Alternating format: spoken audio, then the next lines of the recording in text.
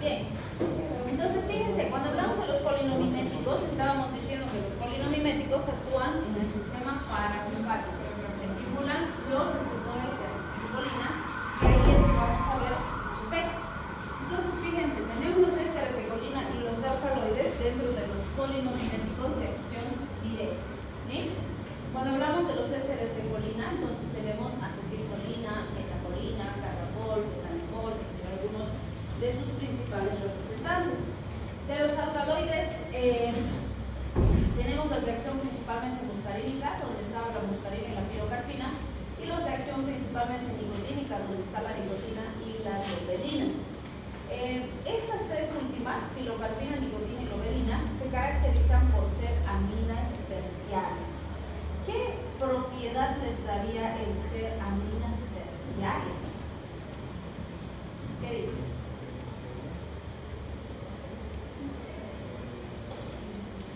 ¿Qué propiedad tendría? Si se acuerdan de química orgánica, el hecho de ser amina terciaria lo que hace es darle una magnífica capacidad de absorción básicamente por todas las vías, ¿sí? Entonces decimos las aminas terciarias se absorben bien por vía inhalatoria, por conductiva, por piel, por vía oral, por todas las vías que nos podamos imaginar. Y eso es lo que determina que sean fármacos sí muy potentes, pero también fármacos muy peligrosos, ¿sí? Entonces vamos a ir viendo un poquito sus características.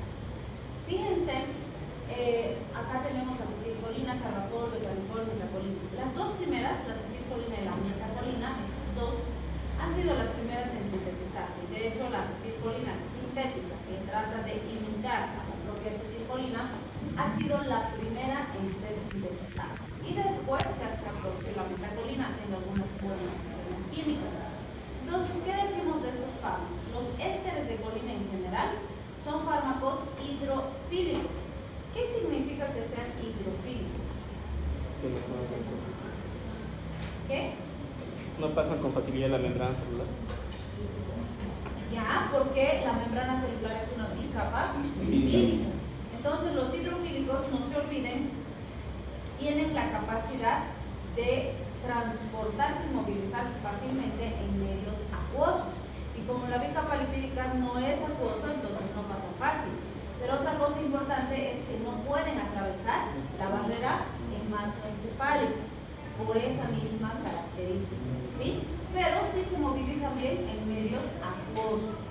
También vamos a ver que este grupo se hidroliza fácilmente en el tubo digestivo. ¿Qué quiere decir eso? Que se destruye fácilmente en el tubo digestivo. Por eso es que si el paciente consume por vía oral, la absorción es mala, porque una parte importante se va a destruir. Entonces va mejor utilizando por otras vías, ¿sí?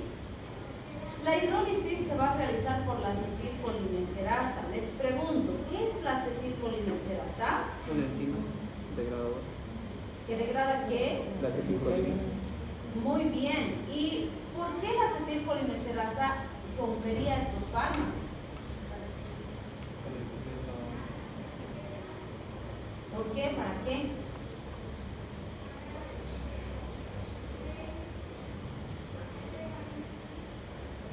¿Qué dice? ¿Por qué rompería? Para unirse al receptor. Rompe estos fármacos porque estos fármacos química y estructuralmente son muy parecidos a la propia acetilcolina. Entonces, justamente porque se parecen, pues sí los puede romper.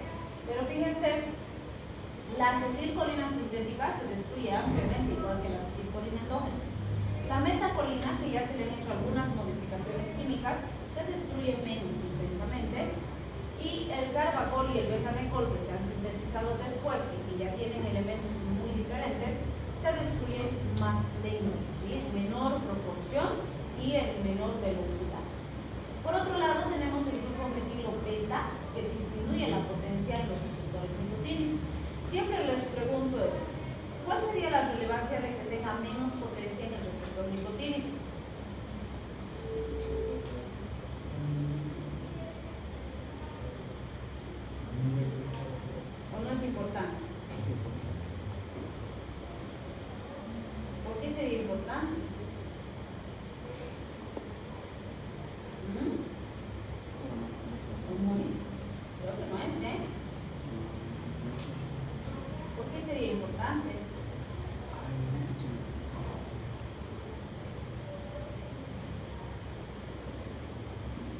dice?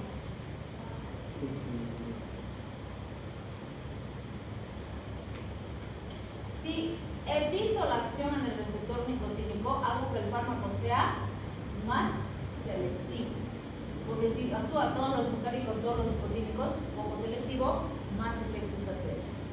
Cuando introduzco estos grupos metilos beta, disminuyo la potencia en el receptor nicotínico, por lo tanto es más selectivo muscarínico. Conclusión, menos efectos adversos. ¿Sí? Bien. Si hablamos de los alcaloides, fíjense, de los de acción principalmente muscarínica, tenemos a la muscarina y a la pilocarpina como sus principales representantes. Esto es bien importante en el siguiente sentido. La muscarina, de hecho, ha sido la molécula gracias a la cual se han descrito estos fármacos y gracias a la cual se ha dado la denominación del receptor.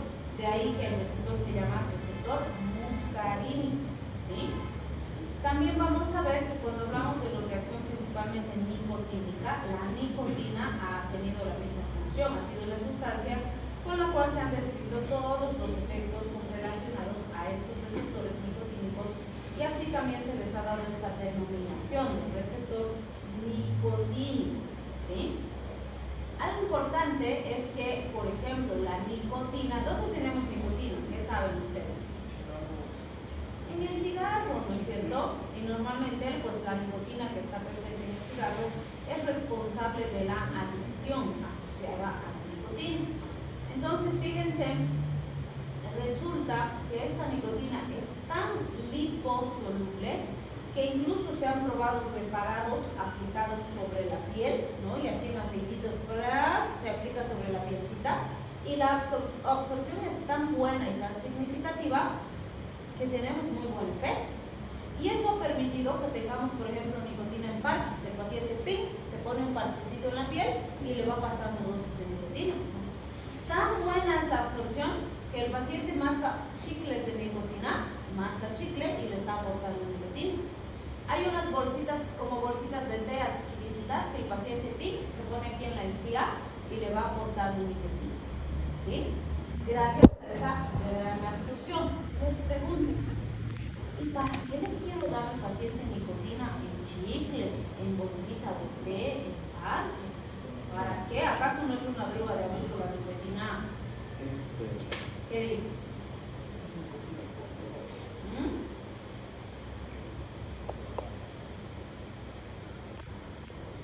Se usaría más como pacientes que tienen ansiedad, depresión, psicoterapia. Ya, pero entonces serían pacientes que están intentando dejar de consumir, ¿sí? Y a ellos, claro, les da ansiedad porque pues entran en síndrome de abstinencia, ¿no? Entonces en ellos puedo utilizar estos fármacos con el objetivo de mejorar y disminuir la ansiedad. En teoría, en muchas drogas de abuso, incluyendo la nicotina, que sí es una droga legal, por supuesto, recuerden que el principio básico es darle la misma droga, pero en dosis progresivamente menores, hasta que finalmente logremos retirar la sustancia del consumo del organismo del paciente. Y eso pues lleva su tiempo, ¿no? No es así tan rápido, por decirlo así. ¿Sí? Entonces, fíjense, cuando hablamos de la muscarina, que pertenece a este grupo, fíjense, pilocarpina, nicotina, lobelina, hemos dicho son aminas terciarias, pero la muscarina no. Entonces la muscarina, diríamos, de este grupo es la que peor absorción tiene, porque no es amina terciaria. Entonces su absorción por vía digestiva, por ejemplo, es muy bajita, es mala, no es significativa. Sin embargo, a pesar de que su absorción es pequeñita, se ha visto que por vía oral pueden llegar concentraciones suficientemente altas al encéfalo como para producir toxicidad. ¿Sí?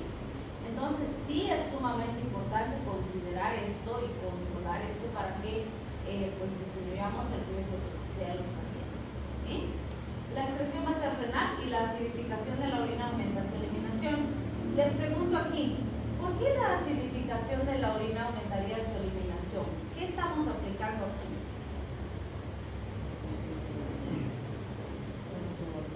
¿Qué ecuación estamos aplicando aquí? Henderson-Hasselbalch. Fíjense, estos fármacos son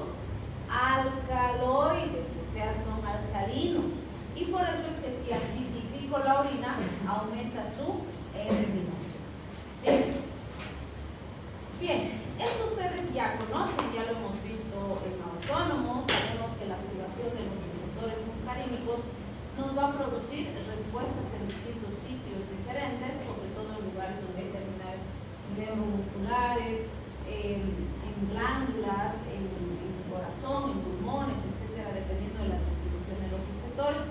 Y recordamos, fíjense, los muscarínicos impares 1, 3 y 5 trabajan con proteína G1. ¿Qué implica eso? Sustancia efectora, fosfolipasa C, que se activa. ¿Cuál segundo mensajero? IP3, diacilglicerol y calcio, que aumentan su actividad, ¿sí? Su concentración. Los pares, es decir, M2, M4, que son pares, ¿qué hacen? Trabajan con GI. GI es inhibitoria. ¿Cuál es la sustancia efectora? Adenilciclasa. Como es inhibitoria, disminuye la actividad de la adenilciclasa. ¿Cuál es el segundo mensajero? AMP5. ¿Qué va a hacer? Disminuir. ¿Sí? Entonces vean, eso ya sabíamos, solo estamos aplicando. Esto también ya sabíamos. ¿Qué significa eso? ¿Se acuerdan que hemos dicho que los receptores NN y NM en las uniones neuromusculares y en el sistema nervioso central trabajan con canales iónicos? Entonces trabajan con canales de sodio y potasio y despolarización. Entonces esto es sumamente importante porque la mayor parte de la conducción neurológica está mediada por este tipo de control, y eso pues nos va a permitir tener un control bastante rápido y eficaz. Por ejemplo, canales iónicos, se abre, paso la sustancia, tengo efecto. Se cierra, no pasa la sustancia, no hay efecto. Y es así de rápido y eficaz. En el receptor NM, fíjense, tenemos un pentámero que tiene sus unidades alfa, beta, gamma y delta. En los NN, la única diferencia es que el pentámero solo tiene unidades alfa y beta, pero en ambos casos es un pentámero subcirculativo, ¿sí? Bien, esto también ya sabemos, lo hemos visto gracias a la aplicación de pues el sistema nervioso autónomo y los efectos en el simpático y el parasimpático. ¿Cuál es la diferencia? Aquí nos vamos a enfocar solamente en el parasimpático, lo que hace la acetilcolina. Entonces, fíjense lo interesante. ¿Qué vamos a tener acá? En ojos, ¿qué hace el parasimpático? Ya sabemos, ¿qué hace?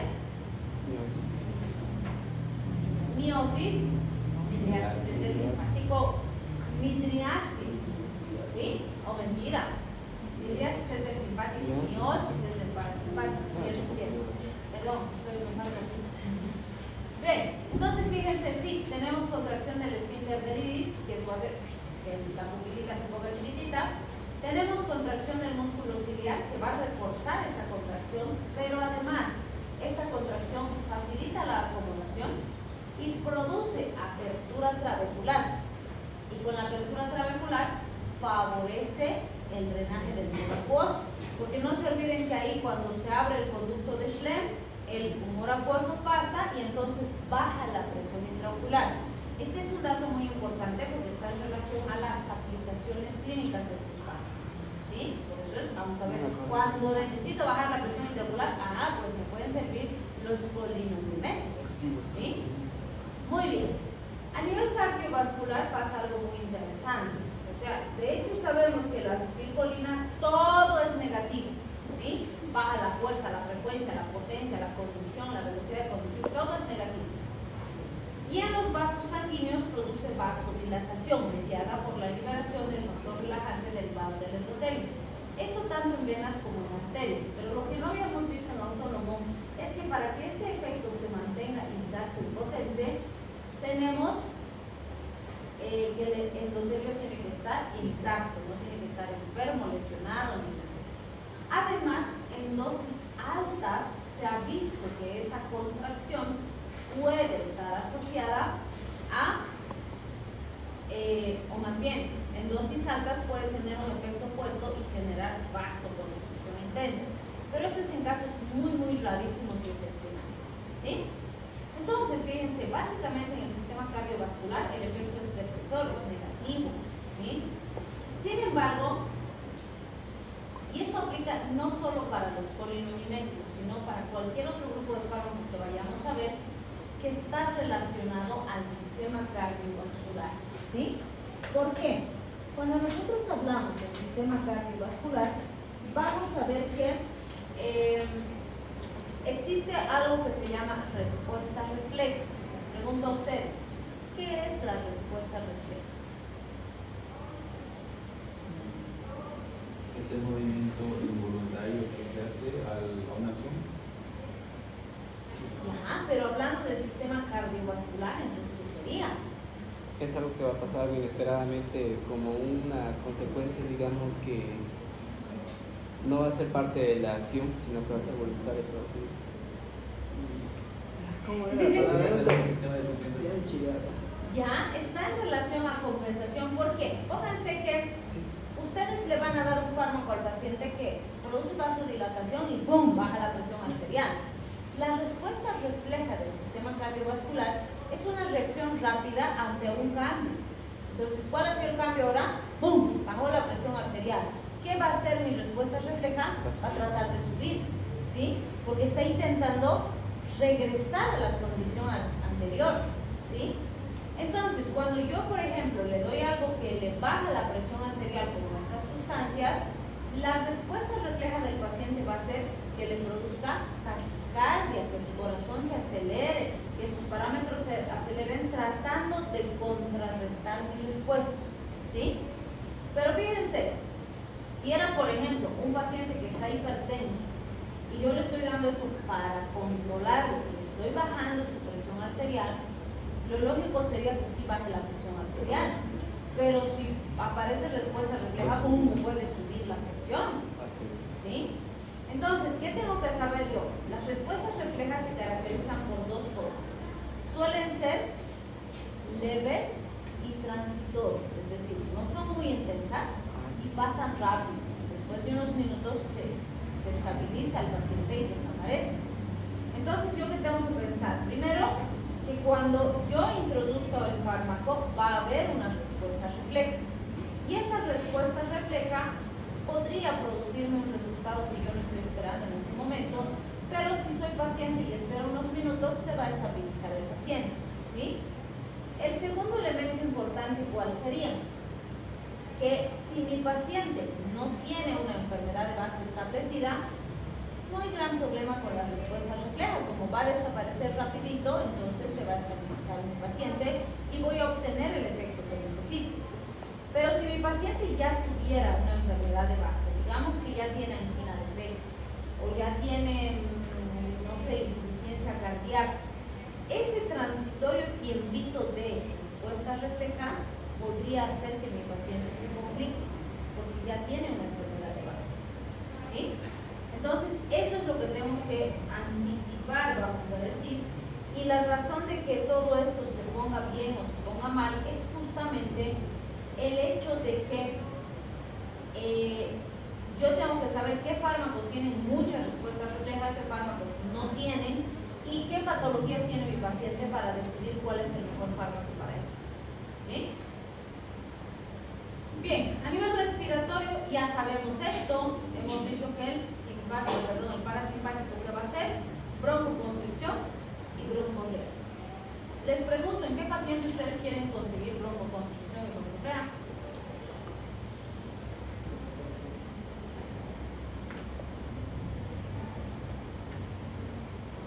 ¿Qué ha pasado? ¿Está en modo planta? ¿En qué pacientes queremos conseguir broncoconstricción y broncorrea?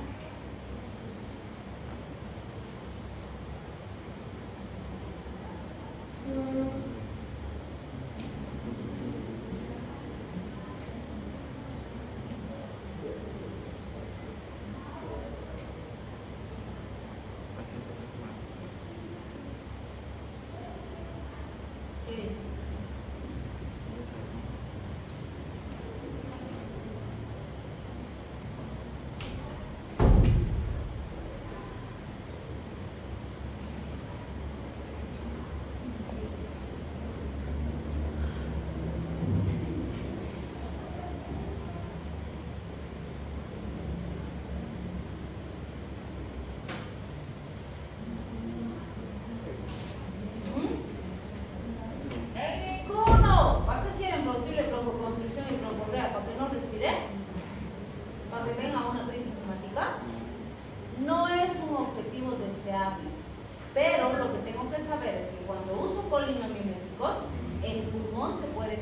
obviamente la respiración se puede comprometer.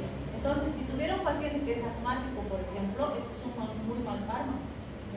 No puedo usar o no debería usar, ¿sí? Entonces, esto me sirve para anticipar riesgo, no como objetivo terapéutico. Este no es un objetivo terapéutico deseable, ¿sí?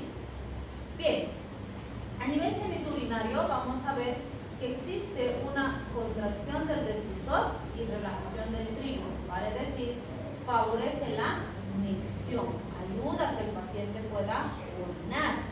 Entonces vamos a ver en qué situaciones me sirve ese efecto. A nivel digestivo, siempre decimos, sabe genitourinario, sabe gastrointestinal, porque el principio es el mismo. El parasimpático, ¿qué hace? Aumenta la motilidad, aumenta las secreciones y relaja los esfínteres, porque si muevo, entonces tengo que abrir para que pase el contenido, ¿no? Eso hemos dicho que es fisiológico. Entonces es el mismo principio que ya sabíamos. Por lo tanto, existe un aumento significativo de la actividad digestiva. A nivel de glandular, fíjense, vamos a ver que hay aumento de la actividad de las glándulas sudoríparas, animales, salivales y nasofaríngeas. Vale decir, todas las secreciones aumentan su actividad. ¿Sí? El sistema nervioso central, esto también ya lo vimos en autónomo. En encéfalo hay aumento de la actividad en los receptores muscarínicos y menos actividad sobre los nicotínicos, pero también se afectan de cierta forma. Y lo que conseguimos son inhibiciones y excitaciones lentas. A nivel de médula, fíjense, vamos a ver que el estado de alerta se afecta, puede haber temblores e incluso convulsiones en algunos casos. A nivel del sistema nervioso periférico, ya sabemos que puede haber un efecto dual, justamente porque nicotínicos hay en el simpático y el parasimpático y pueden activar estas respuestas. Perdón, ¿qué nos puede producir ese efecto dual? Aumento de la actividad simpática y el más notorio es el corazón. Entonces suele haber aumento de presión y frecuencia cardíaca, aumento de actividad parasimpática en el resto del organismo y esto puede asociarse a micción y diarrea, ¿sí? Y en las terminales quimiorreceptoras vamos a ver una alteración de la frecuencia respiratoria y descargas vagales que quieren potenciar la insuficiencia respiratoria, que de hecho ya tiene el paciente por la activación de este sistema. En las uniones neuromusculares, como dijimos, es común un aumento de la despolarización de la lámina terminal, un aumento de la permeabilidad de sodio y potasio, y esto está relacionado a fasciculaciones desorganizadas y contracción muscular. Entonces recuerden que dijimos, ¿no? Los famosos calambres, las fasciculaciones son comunes cuando hay activación importante del sistema colinérgico. Bien, aquí vamos a ver los fármacos de acción indirecta. ¿Quieres descansar un ratito?